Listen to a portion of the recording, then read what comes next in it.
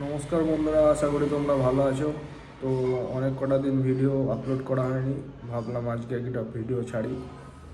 তো ভিডিওটা ছাড়ছি আজকে এসআইআর এর ব্যাপারে। এসআইআর হচ্ছে আমাদের রাজ্যে। তো এসআইআর এর জন্য নাকি অনেককে মারা গেল, বিএলওরা অনেক চাপে আছে, এরপর অনেকেই চাপে আসবে। তো এসআইআর হচ্ছে, আমি একটা কথা বলবো বন্ধুরা, তোমাদেরকে আমি কোশ্চেন করছি, তোমরা অ্যান্সার দেবে, আমি অ্যান্সার দেবো। তো এসআইআর হলে তোমাদের আমাদের ভালো না খারাপ, এটা একটা প্রশ্ন। আর এসআইআর হওয়াটা কি কারণ, এটাও তোমরা কমেন্টে জানিও। আমার যেটা মনে হয় কারণটা, যে দেখো, বাইরের রাজ্যের বাইরের দেশ থেকে এসে তোমার এখানে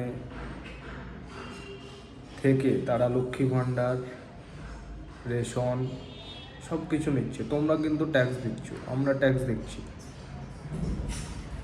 যেটা কিনছে আমরা হয়তো সেরকম ইনকাম করি না, সেই হিসাবে ট্যাক্স দিতে হয় না, কিন্তু খাবারের ট্যাক্স সবই তো দিচ্ছি আমরা, তাই না? রাস্তাঘাট হচ্ছে, স্কুল কলেজ হচ্ছে, সেই স্কুল কলেজে বাইরের দেশের লোক এসে পড়াশোনা করছে, সেই রাস্তাঘাট ইউজ করছে, সেই সব কিছু তোমার যে জিনিসগুলো সে তারা ভোগ করছে। আর একটা প্রবলেম হচ্ছে যে ওরা এসে যে এই গ্যাদারিংটা করছে, আমাদের কথা ছাড়ো, এর পরে যে আমাদের বাচ্চা কাচ্চা হবে তারা কোথায় কাজ করবে? এমনিতেই এখন কাজের, তোমরা দেখতেই পাচ্ছ, সব diploma, BTech, MTech, LLB, MBBS করে সব বসে আছে, হয়তো টুকটাক কাজ করছে এরকম কি, তাই তো? তো এরপরে যখন আমাদের ছেলেপিলে হবে, আমাদের ছেলের প্রজন্ম যখন আসবে, তারা কোথায় কাজ করবে, কিভাবে কাজ পাবে? অন্যরা এসে যদি দখল করে নেয়, এইটা বুঝবে। তো এসআইআর হওয়া দরকার। আর যারা বাংলাদেশি, পাকিস্তানি, যাই হোক বাইরের দেশের আছে, তাদের দেশে পাঠিয়ে দেওয়া দরকার। আর একটাও আমি অনুরোধ করব সরকারকে, যে আমাদের ইন্ডিয়াতেও, আমাদের যে বাইরের রাজ্যে থেকে আসে আমাদের রাজ্যে কাজ করতে, যেমন বিহারি, ঝাড়খণ্ড, এইসব আসাম, এইসব থেকে কাজ করতে আসে বেশিরভাগ বিহারে আর ঝাড়খণ্ড। তো আমি বলবো যে এদেরকেও একটা মানে লিমিট করে দেওয়া দরকার। কেননা কলকাতার বুকে তুমি যেখানে যাবে সেখানে 50% বিহারি, আমি যেটা দেখেছি যতদূর। তো এরা সব ডিপার্টমেন্টে আছে, পুলিশ বলো, ইলেকট্রিক বলো, কোনো সরকারের সব ডিপার্টমেন্টে। এমনকি তোমার এখানে এসে ইলেকশানে দাঁড়িয়ে ইলেকশানে লড়ছে।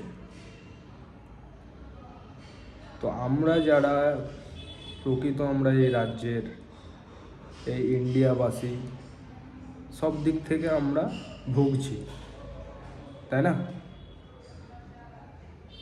এবার তোমাদের কি মতামত তোমরা কমেন্টে জানিও।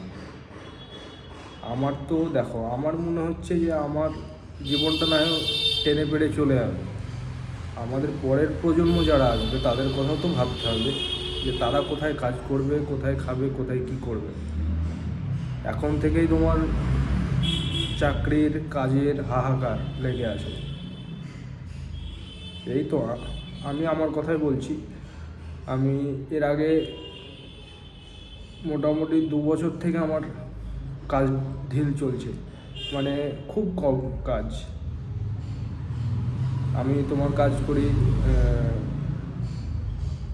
কাস্টিংয়ের, brick work, paint, tiles, construction লাইনে বলতে পারো। তো কাজই নেই 2 বছর থেকে।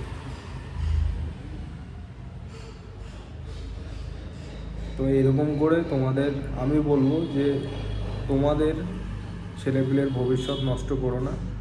আমি সবাইকে বলছি, যারা সাপোর্ট করছে তাদেরও, আর যারা সাপোর্ট করছে না এসআইআরকে তাদেরকেও বলছি। তোমরা ভেবেচিন্তে দেখো। ওকে, থ্যাংক ইউ, বাই।